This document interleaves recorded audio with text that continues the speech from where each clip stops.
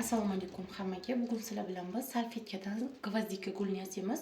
Ko'pchilik menga aytishibdi, arzonroq, osonroq variantini o'rgating, bolalarimizga ham o'rgataylik, maktabga yasab borishadi deb. Shuning uchun men sizlarga bugun mana shunaqa gvazdika gulini yasashni o'rgatmoqchiman. Men bunga qizilda tonirovka berganman. Juda ham tabiiyroq ko'rinishga ega bo'ladi va yasalishi juda ham oson. Bizga kerak bo'ladi oddiy salfetka. Mana shunaqa oddiy salfetka. Buni pachkasi bu juda ham ko'pi. Buni ichida 60 ta 70 ta bo'ladi deyishdi. Buni pachkasi 2000 so'm ekan. 1500 so'm, 2000 so'mdan olsangiz bo'ladi va bitta gulimizga 3 ta dona salfetka ketadi bizga. Mana shunaqa 3 ta dona, 1 2 3 ta. Va bularni mana shunday ochib joylashtirib chiqamiz. Mana bu yopiq tomoniga e'tibor beringlar. Buklangan tomoni bittasi u tomonga, bittasi bu tomonga qarasin. Juda ham oson yasalishi. Bolalaringlar bemalol yasashsa bo'ladi. Bunaqa gullarni. Mana.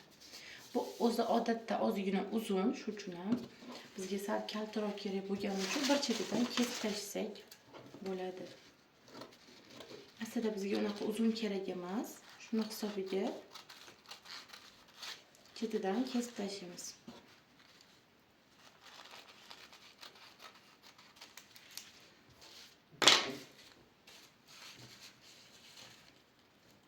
Uch santimetr kesib tashladik bu yonboshidan. Endi sizlar bilan bunga tonirovka beramiz. Tonirovka berish uchun bizga mana shunaqa oddiy qalam kerak bo'ladi. Buni qizili, bu flomaster qizil rangidan oldim. Qizili, yashili, sarig'i har xil ranglari bo'lar ekan, men qizilidan oldim. Chetlarini mana qaranglar, qanaqa tonirovka qilishni sizlarga o'rgataman. Mana shunday, mana 1 santimetr 1 santimetr qilib, pastroqdan qilib joylashtirib olasizlar. Mana yaqinroq. Sizlarga oson usulda tonirovkani o'rgataman. Va mana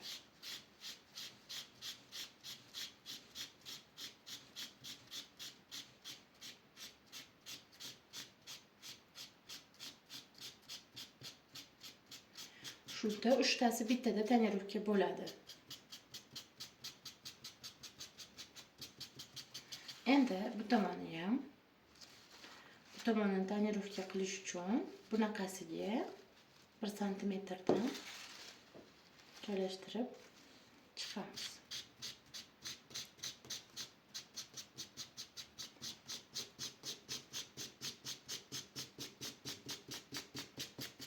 Qanaqadir bo'yoq yoki gul yasash uchun nimadirlar shart emas, chunki hamma joyda bor ranglardan faqat shular bor edi, shu uchun mana ikkinchi tomoniga o'zi sirazi o'tadi. Ikkinchi tomonni qilishimiz shart emas.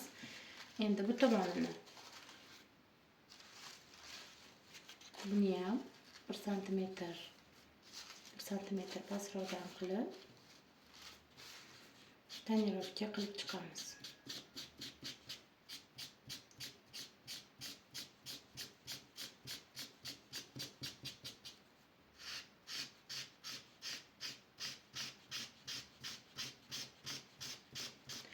Maktabga qizinglar, o'g'linglar, bolanglar bemalol shunaqa tayyorlab bersanglar xursand bo'lib yoki o'zlariga tayyorlashni o'rgatsanglar juda ham xursand bo'lishadi.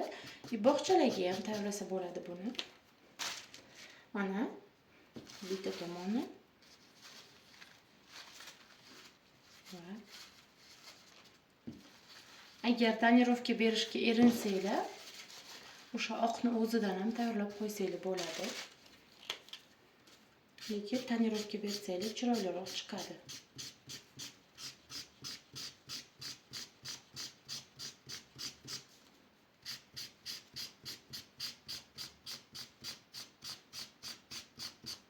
Mana tayyorlab oldik. Endi bularni tekis qilib joylashtirib olamiz. Va joylashtirganimizdan keyin mana shu shaklda 1 santimetr atrofida xohlasanglar kichkinaroq qilib mana shunday qilib qatlab chiqasizlar.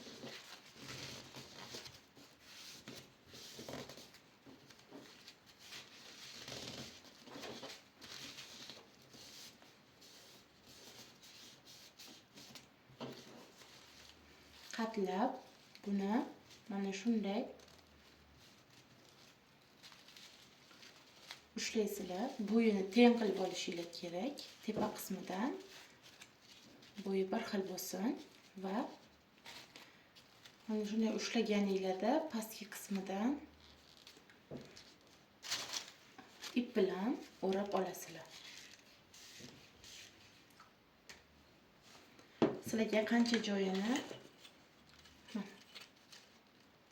6,5 pastidan 2,5 sm teparog'idan qilib o'rab olasizlar.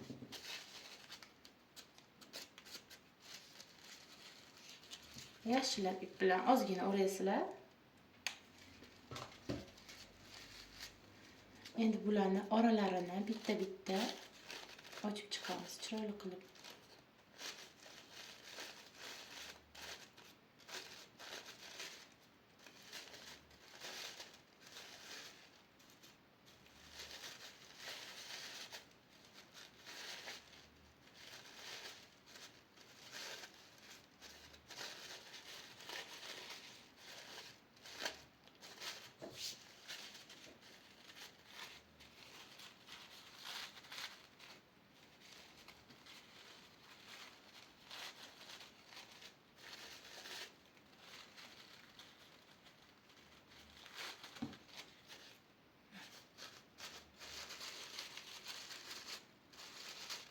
Bu salfetka bo'lgani uchun bemalol qo'linglar bilan uchlarini shakl berib olsangiz bo'ladi.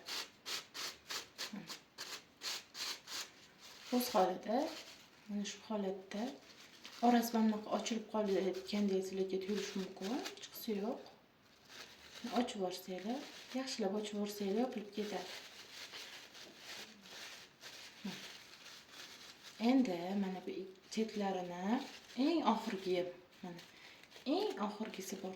Ana shu ikkita eng oxirgisini bir-biriga ozgina yopishtirib olishingiz kerak. Bir tomchi kley bilan. Ko'p emas, bir tomchi. Mana. Endi bu tomonidan ham bir tomchi qilib pastidan ozgina, chunki bu dumaloq bo'libroq ko'rinib turishi kerak-da. Shu hisobiga. Bo'ldi. Kulchamiz tayyor. Endi pastki qismiga keladigan bo'lsak, pastki qismidan ozgina kesib tashlasangiz ham bo'ladi.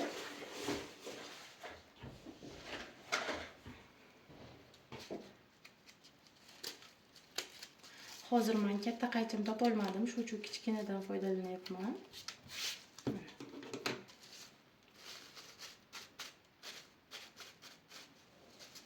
Endi kley yordamida buni orqa tomoniga xohlasanglar sim, xohlasanglar oddiy mana bunaqa cho'pdan foydalanib, tana qismini tayyorlab olsanglar bo'ladi. Mana shunaqa cho'pimizni orqa tomoniga bitta kley surib qadab olamiz.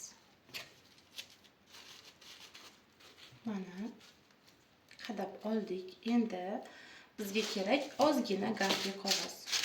Agar xohlasanglar gafli qog'ozingiz bo'lmasa, salfetkani o'zini mana bunaqa yashilga tonirovka qilsanglar ham bo'ladi, ranglab yuborsanglar bo'ladi. Va 6 ga 6 sm kvadratcha tayyorlab olamizda. Buni mana shunday qatlab 4 ga qatlaymiz va chetlarini kesib chiqamiz, uchli qilib.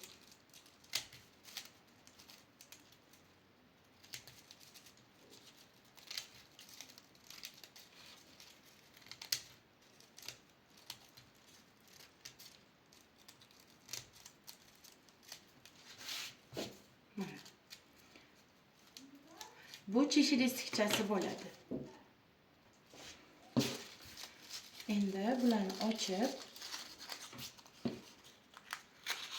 o'rtasiga ham kirgizamiz va tana pastki qismlariga ozgina kley surib olib, xohlasanglar bunaqa kley ishlatishni xohlamasanglar qog'oz kleylar bo'ladi-yu, o'shanaqa qog'oz kleylardan ham ishlatsanglar bo'ladi. Bunaqa kleylar bo'lmasa agar. Hozir menda unaqa kley yo'q. Shuning uchun shundan foydalandim.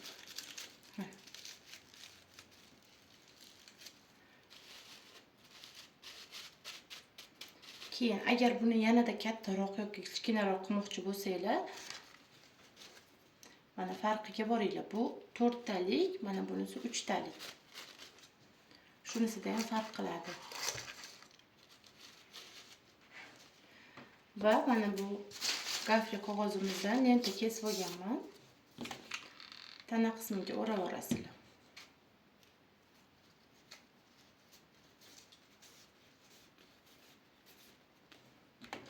Videolarimiz yoqayotgan bo'lsa, like bosib qo'yish yodingizdan chiqmasin va keyingi darslarimizda nimalarni o'rganishni xohlasanglar, kommentariyaga yozib ketinglar.